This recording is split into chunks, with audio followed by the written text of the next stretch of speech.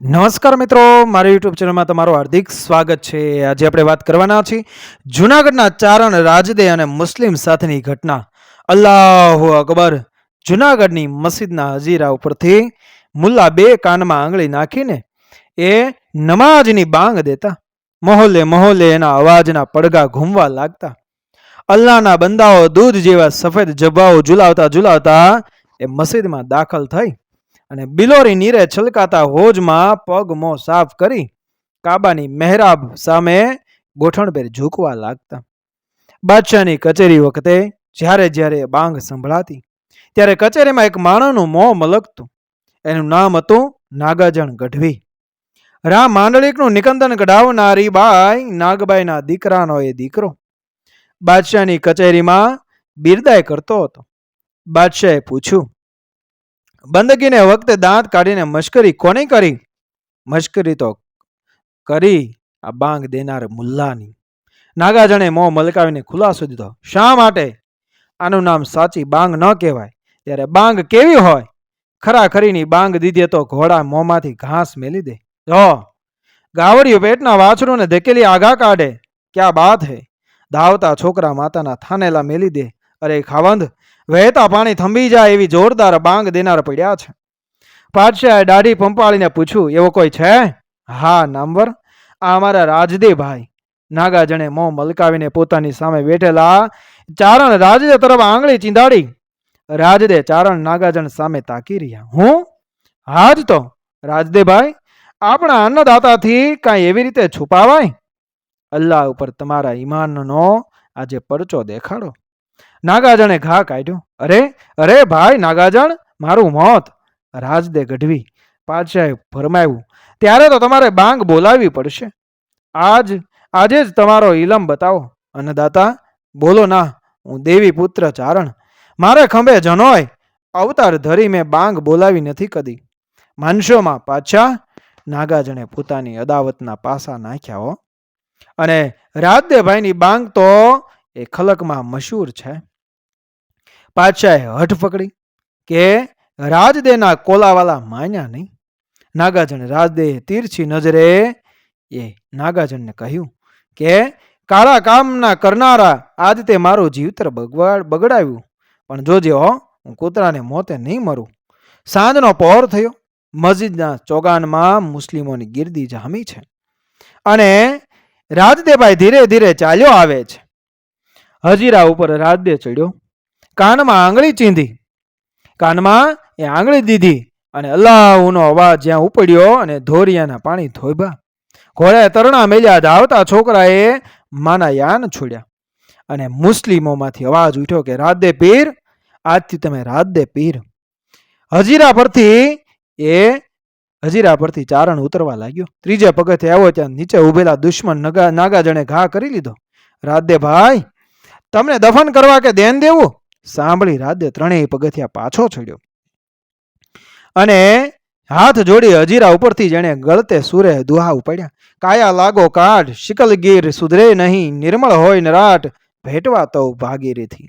ઓ માતા ભાગીરથી, હું ક્યાં જાઉં? કાટેલા લોઢાને તો સમજાવી શકાય, પણ આ માનવ કાયાને લાગેલા કાટ તો કોઈ સરાણીઓ નિવારી શકતો નથી. ઓ માં, એ તો તને ભેટે ત્યારે જ નિર્મળ બનશે. માટે તું આજ આવીને મારી ભ્રષ્ટ કાયાને નિખારી નાખજે. અને ગંગાજળ ગટકે નર લટકે પીધો નહીં, ભવસાગર ભટકે ભૂત હુવા ભાગીરથી. હે મૈયા, નીચે નમી નમીને તારા ગંગાજળના ઘોટડા જેણે પીધા નથી તે માનવી ભવસાગરમાં ભૂત સર્જાઈને ભટક્યા જ કરે છે. પણ હું આજ તારા પ્રવાસ પાસે કેમ કરીને પહોંચું? મારી ઘડીઓ ગણાય છે. ગંગાધરે જાય, પંગોદિક પાણી પીવે, માનવી આરા માય, ભાગ્ય વડા ભાગીરથી. ઓ માતા, નિરોગી માનવાની તો વાત દૂર રહી, પણ કોડિયા કે પાંગળાય જો તારા ઘાટ પર આવીને તારું નીર ચાખે તો તેવા માનવીઓના પણ ભાગ્ય ઉગડી જાય છે. ત્યારે મારા સરીખા નિષ્પાપની આવી ગતિ કાં? જનની, ઉઘાડે જઈને ઊંડે જળમાં આખ્યું છે તેનો વંશ તેડે વૈકુંઠ મૂકે વણારસી. વળી સાંભળ્યું છે માતા કે તારા પ્રવાહમાં ડૂબકી મારીને જે માનવી આંખો ઉઘાડે તેને એક ને તો શું, પણ તેના આખા વંશને તું વૈકુંઠમાં તેડી જાય છે. દેવી, ગાતા ચારણનો રુધિરની ધારાઓમાં ભીંજાયેલો દેહ મિનારા પર ઊભો ઊભો એ આથમતા તેજમાં ભાગીરથી માતાની કીર્તિના જાપ એક પછી એક ઉચ્ચારતો જાય છે. અને મેદની આખી આ માનવીના લલકારને સમજે વગર સમજાવે એ ઝીલી રહી છે. પણ એના શરીરે હલી શેનું વહી રહ્યું છે? એણે ચલાવ્યું. પાગે જો તળિયું પડે, જાવી દશ જાતે એને પરિયો પીગલું કરે, વાસર ઢોળે વણારસી. માતા, તારી દિશામાં ચાલતા ચાલતા જેના પગની પાનીઓ તળાઈ જાય છે, એવા માનવીને તો અમારા પુરીની અંદર અપ્સરાઓ પગજંપી કરી પવન ઢોળવા તૈયાર ઊભી છે. પણ તારો તે શો ઈલાજ? તારા ધામ સામે હું શી રીતે ડગલું દઉં? બોલો, મારી હોંકારો આપો. મિનારો ઝૂલવા લાગ્યો અને પ્રાર્થનાના સૂર ખેંચાવા લાગ્યા. જાતલના અગ જાય, જાતલને જુવાતલ જણા, પાણી પણગામાં માય થે વૈકુંઠ વણારસી. હાડી, તું કેટલી પ્રબળ પાપ હારણી, કેટલી સમર્થ તું. તારા ધામમાં આવીને જાત્રા કરી જનારાઓના તો પાપ જાય, પણ એ જાત્રાળુઓને જોવા જનારા સુદ્ધાએ તારા નીરનું એક ટીપું પામતા જ વૈકુંઠ પહોંચી જાય છે. માં, મારી ઓધારણ તું નહીં થા તો હું કોનું શરણ શોધીશ? ધરતીના પથરા ખસવા માંડે છે. હાથે જળ હિલોળ, માથે લઈ મંજન કરે, પામે વૈકુંઠ પ્રોળ, ભેટતા ભાગીરથી. માતા, તારા નીરને હાથથી ઉછાળી મસ્તક પર સ્નાન કરતા જ એ વૈકુંઠની પોળમાં વાસ મળે છે. મને પણ તારી એક જ અંજલિ આપી દે. મારો મનુષ્ય અવતાર એ સુધારી લઉં. આવીને અહત્ર ત્રણો, ઘસે કટકો જો ઘાટ, ખેંચે હિંડોળા ખાટ, વૈકુંઠ પરિયું વણારસી.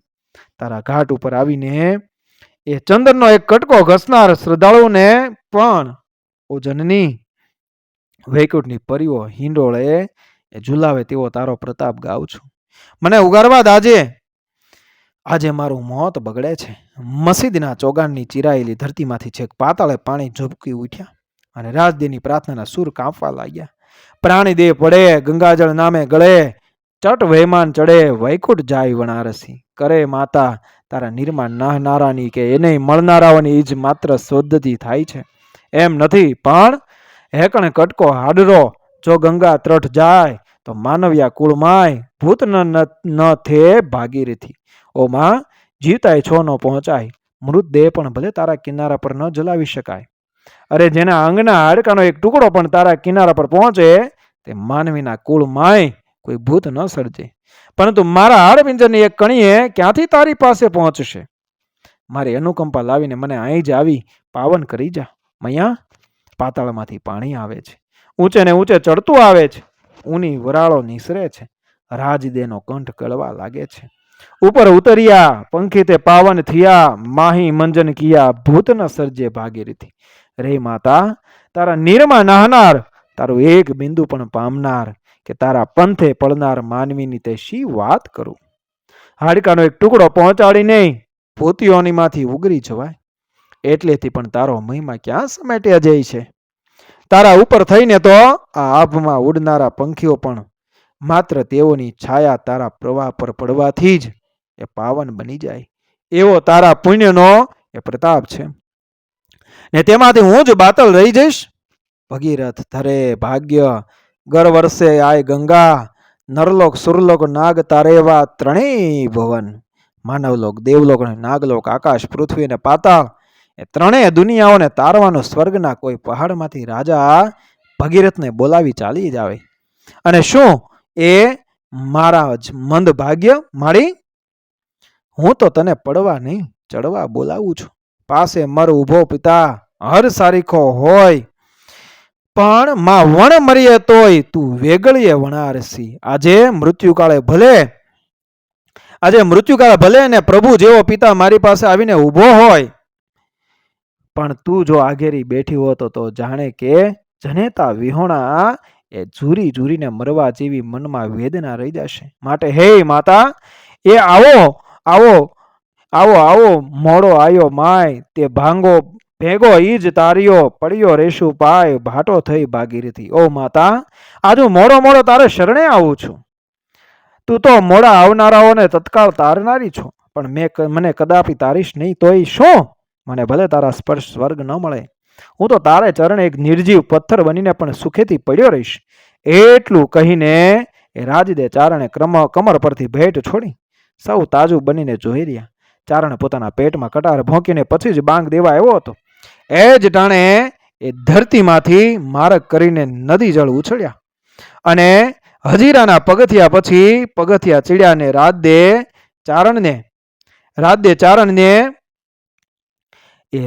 ચારણને માથાબોળ નવરાવીને ધરતીમાં પાછા સમાણા. ચારણનો દેહ પડ્યો. આ ઘટના મિત્રો જુનાગઢમાં બની કે અમદાવાદમાં તે બતાવનારું પ્રમાણ શોધાયું નથી. કહેવાય છે કે ઘટના સ્થળ પર રાધે પીરની મસ્જિદ અને શંકરનું દેવળ બંને સાથે ઊભા છે.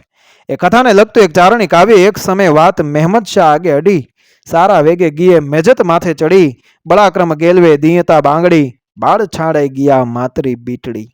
એક સમય મોહમ્મદ શાહની પાસે વાત આવી અને ચારણ વેગથી મિનારા પર ચડી ગયો. બળવાન કર્મો કરનારા રાધે ગેલવાએ બાંગ દીધી. ત્યાં તો બાળકોએ માતાના સ્તનો છોડી દીધા. તરણ હસ ચરંતા રિયા જકે તકે, ધકાવે વાછરું ગાવ મારે ધકે, સરરે રાજડે કરવો સાદકે, છતરાળો પાતાશા રિયો ભાળે છકે. અશ્વ તરણા ચરતા ચરતા જ્યાં હતા ત્યાં સ્તંભી રહ્યા. ગાયો પોતાના વાછરડાને ધકેલવા લાગી. રાજદે ચારણે જ્યારે સાથ દીધો ત્યારે છત્રપતિ બાદશાહ પણ ચક થઈને જોઈ રહ્યો. થીરાગત કરંતા આભ ઝાંખો થયો, લાજ કજ વરણરી દાઢ આગે લીયો, હજીરા ઉપરથી રાજદે હાલ્યો, પંડ ભૂકા કરી શા આગે પીયો. આ દ્રશ્ય દેખીને સૂર્ય પોતાની ગતિ સ્થિર કરી દીધી. આકાશ ઝાંખું પડ્યું. રાજદીએ પોતાના ચારણ વર્ણની આબરૂને કાજે એ પ્રથમ કટાર એટલે દાઢ પેટમાં લીધી. હજીરા પરથી રાજદે ચાલ્યો અને પોતાના દેહના ચૂરા કરી પોતે પાતશાહની સમુખ પછડાયો.